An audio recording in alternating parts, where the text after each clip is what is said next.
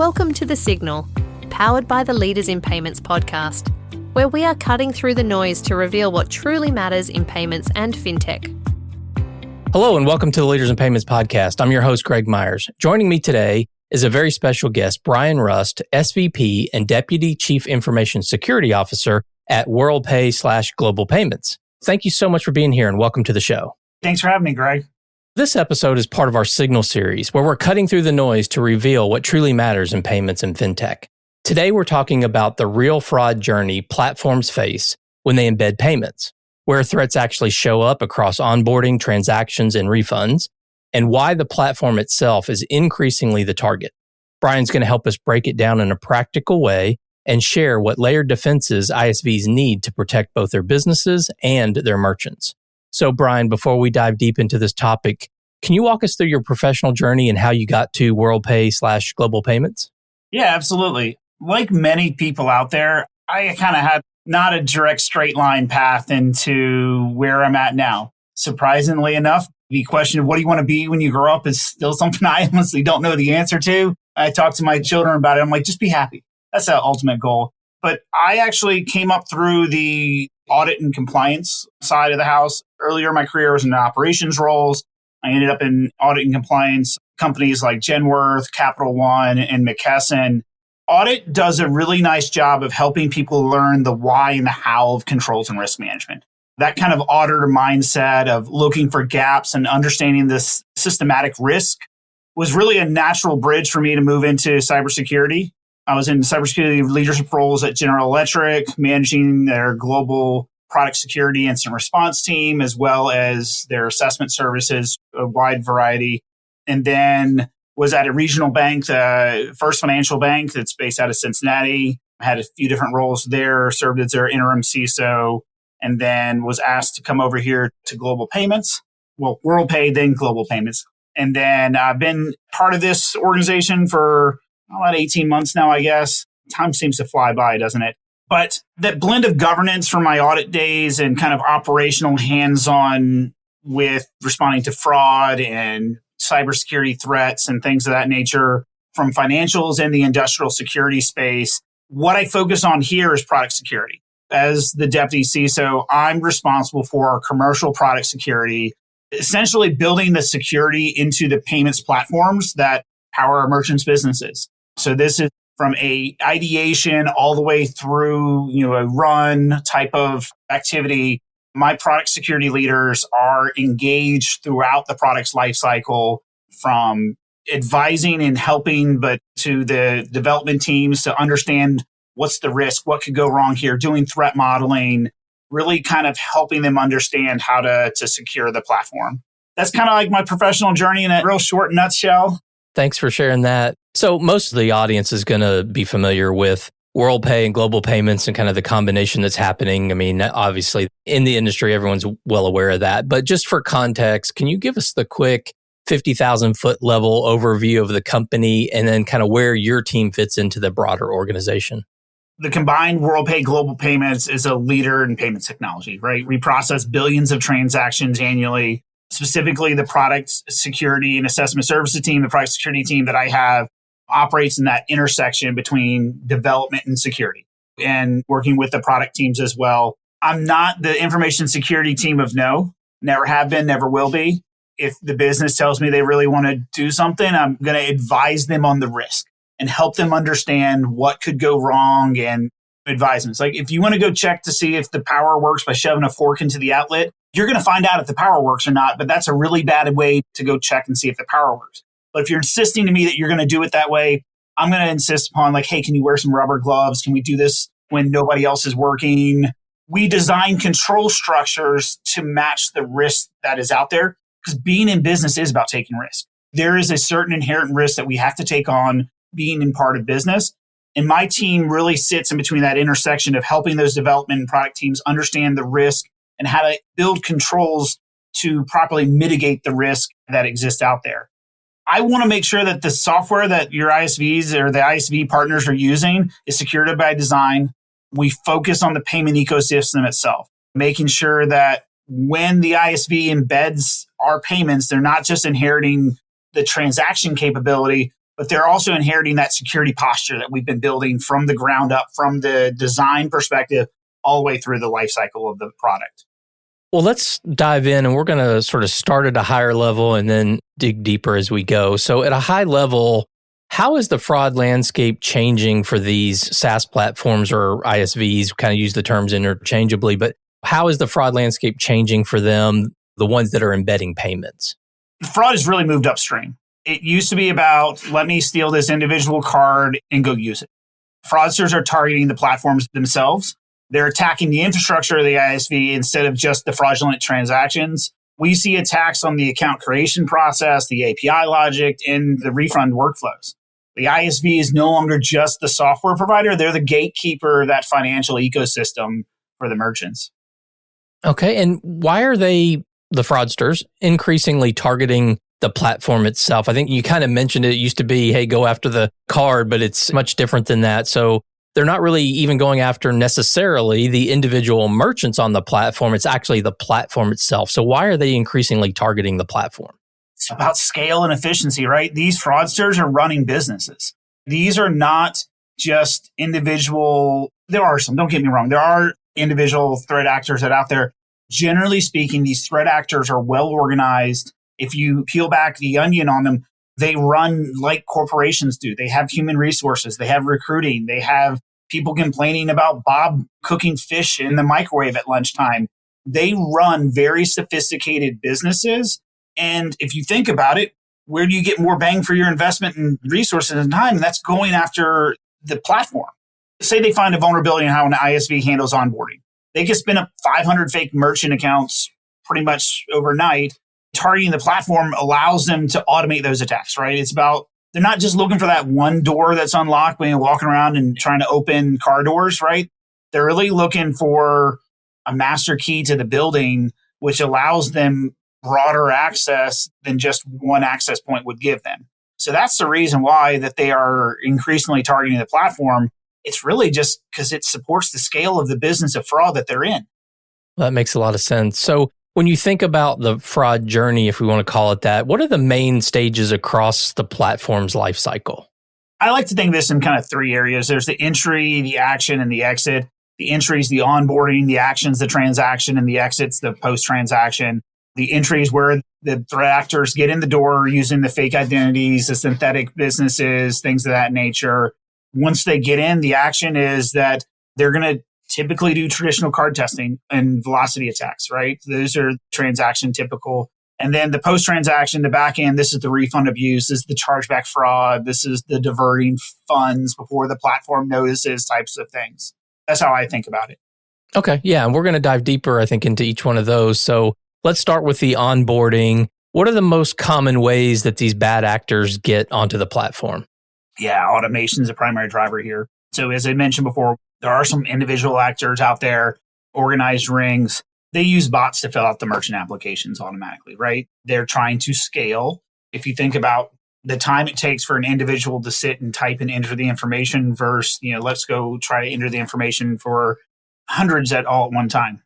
They're using data stolen from real businesses, right? Identity theft for a business or business identity theft.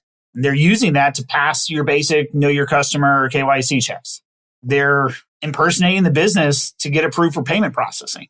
That's really the onboarding of the most common ways that they're getting in the platform. What are the synthetic businesses, AI-generated identities? I mean, those are some kind of terms that we hear. What do they look like actually in practice? And what should the ISVs look for? What are kind of the early signals? Reality, they look like a ghost, right? These are businesses that have an address that might be a residential house or it could be an empty lot, and you look up on Google Maps and there's just nothing there. The website is usually a template that's been registered a handful of days ago but claims to be in business for 20 years. So if you've got a mismatch on, say, like domain registration and how long the business has been business for, sometimes that's things that you can key off of. The threat actors are using AI to really reduce the complexity it is for them to go create these synthetic identities. AI really speeds up their ability to go generate all of these identities on a much faster scale. And they simply can prompt it to say, hey, I want a business, generate me 35 businesses with websites that do XYZ in this region. It reduces those barriers of entry for the fraudsters to go create this. So it allows them to create these really good synthetic identities for businesses or synthetic businesses very quickly. And it really reduces the complexity that they had previously to be able to go create this, right? Like it's fixing grammar language things for non-native language speakers. It's fixing those types of things that were usually like, yeah, people don't talk like that.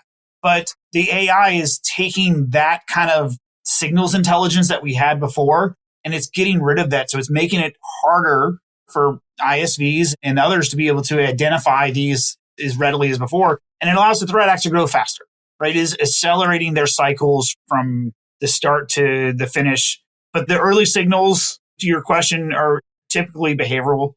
We can still catch things like, hey, did the application form get filled out in an impossible amount of time for a human? Did it take 3 seconds to fill out the whole form? Is the IP address for the applicant different than the physical address of the business owner? As an ISV, you need to look at the metadata, not just the data that's in the form fields, but you really need to compare that metadata that's being passed when the forms are filled out and see if it aligns with the data that's presented for the business.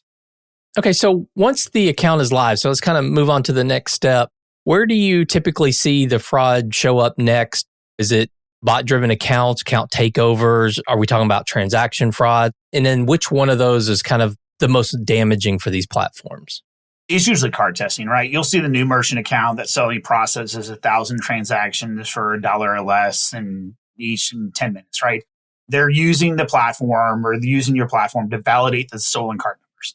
It is a way to just figure out, do I have something that's going to sell on a card market for $20 or something that is essentially worthless from a card perspective? They are trying to determine the value of the cards that they have.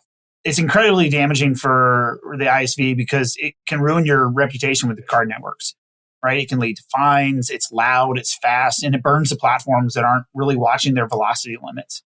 So that was kind of in my mind, like the middle part, but now let's move to maybe the back end. Refund abuse is a big theme right now. So what patterns are you seeing there, and how can platforms reduce this abuse without it at the same time creating a bad experience for their customers?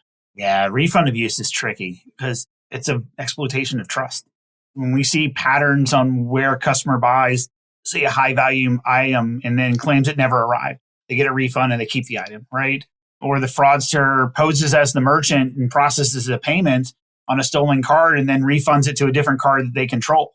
So then they pretend to be the merchant, purchase an item, refund it back. So they're double dipping on multiple angles there. To stop this without hurting real customers, you need conditional logic, not allowing refunds to a different card other than the original purchase. Velocity limits on refunds. If a user is refunding half of all their purchases, flag them for a manual review. It's about causing friction, right? We need to add friction only for the anomalies.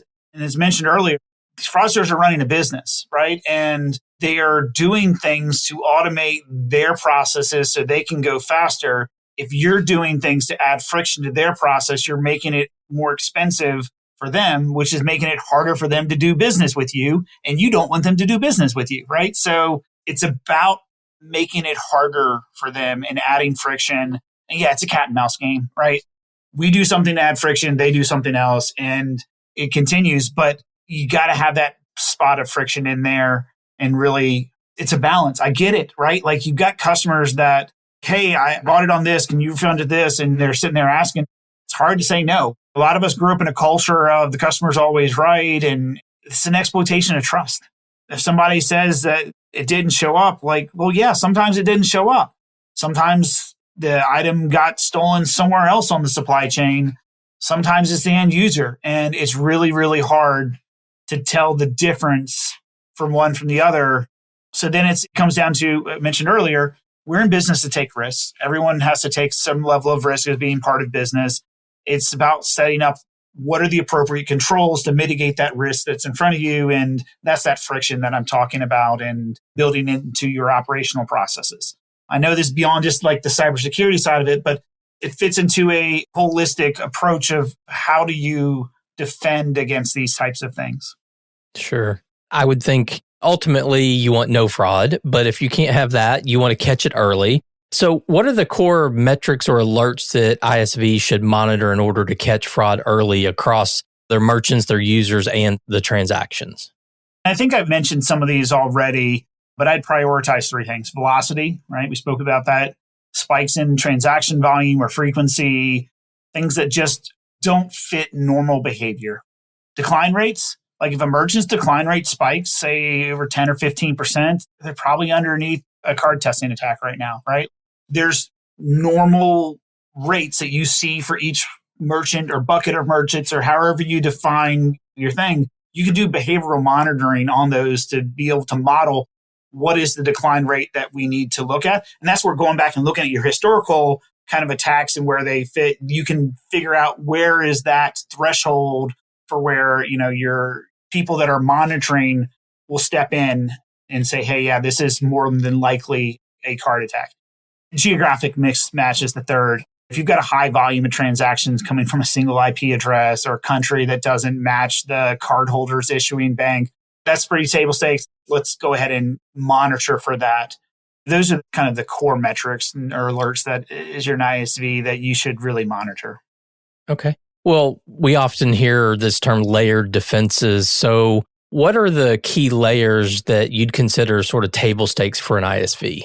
Yeah, layered defenses, Swiss cheese model, right? You take a bunch of pieces of Swiss cheese, you lay them on top of each other. The individual piece of cheese has got holes, but stack them all together. It's really hard to find that single path through. Table stakes are no longer just a firewall, right? You can't just rely on your web application firewalls and things like that to stop all of that. You've got to have identity verification, document scanning, and biometric checks at onboarding, things of that nature. Device fingerprinting is another area of things. So I mentioned this earlier in the previous answer, but behavioral analysis, right?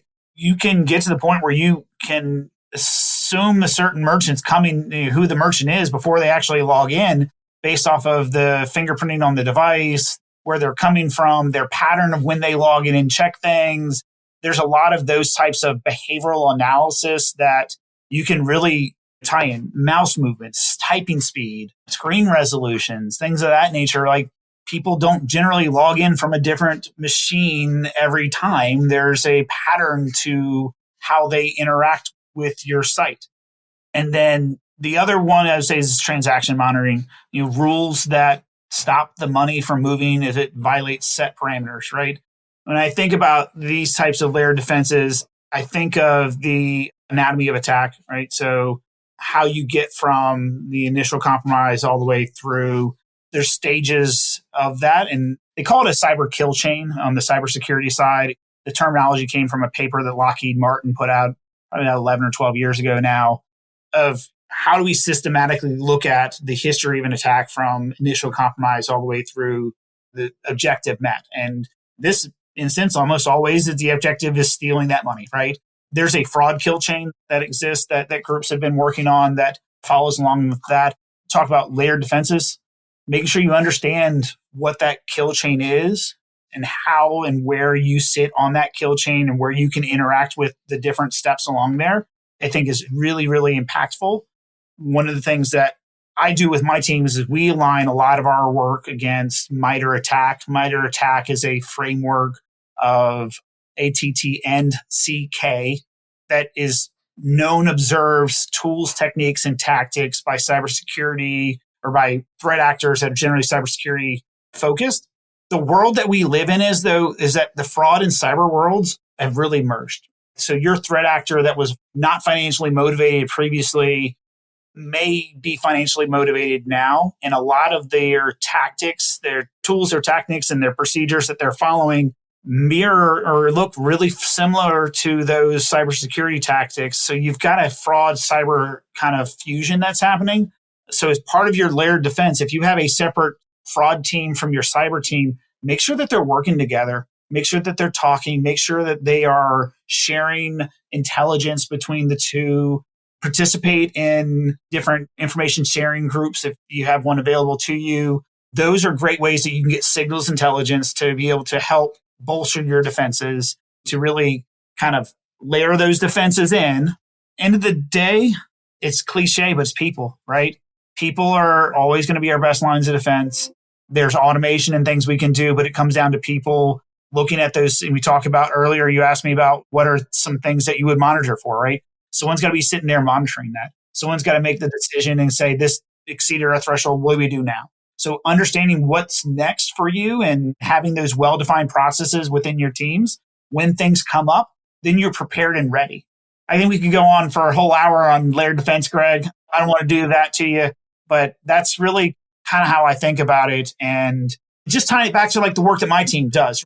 From a layered defense perspective, I've got a product security team that is embedded with the development teams so we can better understand what the product is so we can help defend it better. Having a security team that knows the product as well as the product teams do and the engineers do is critical to be able to help secure that product.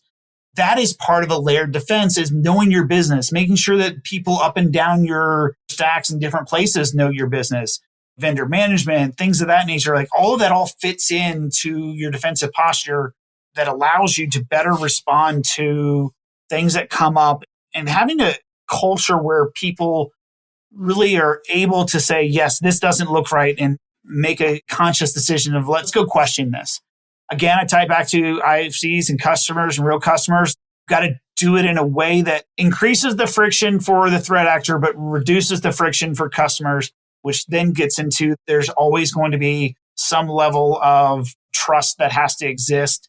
And that's where, again, people is the key of this all, right? Like in the day, it comes down to your people and really just empowering them with the ability to make those decisions, to be able to help you figure that out. Again, touch on my three things, though. We talk about layer defense. I have three key layers. The firewall is no longer your table stakes, device fingerprinting, behavioral analytics, and transaction monitoring. Those are the 3 or 4 things that I would say immediately. And then all the other stuff I added on there. I think it's great advice, great knowledge for people. I mean, explaining that, like you said, we could do a full episode on just that. So one final question before we wrap up the show. If a platform or ISV wants to really get serious about fraud prevention right now, so let's say this quarter, what are the first 3 actions you'd prioritize to reduce risk quickly while staying compliant and protecting their reputation? If I was a chief information security officer at an ISV today or their security director, 3 things I'd do immediately is audit your onboarding process. Understand that process, make sure it's well documented. Turn on CAPTCHA, bot detection on your sign-up forms. You got to stop that bleeding at the front door. You got to make sure you understand the process flows and where that is. Do a threat model on that, right? Understand where your weaknesses are, where you could be attacked, what could go wrong. Understand what your trust boundaries are of when you're passing information from one area to another through your trust boundaries, and what your controls are on those trust boundaries. I'd start right there with the auditing of your onboarding process. The next thing I look at is if you don't have velocity controls implemented, it's table stakes. You got to have hard-coded limits on how many transactions a new merchant can process within a certain time frame. Where that time frame fits, could be 30 days, could be 45 days.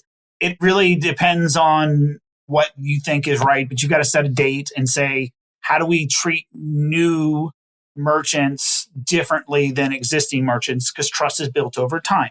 Now, here's the thing. You set it to 30 days. The threat actors start learning that it's 30 days, and then they stay quiet until day 31. So I'm not going to say a hard set and fast date.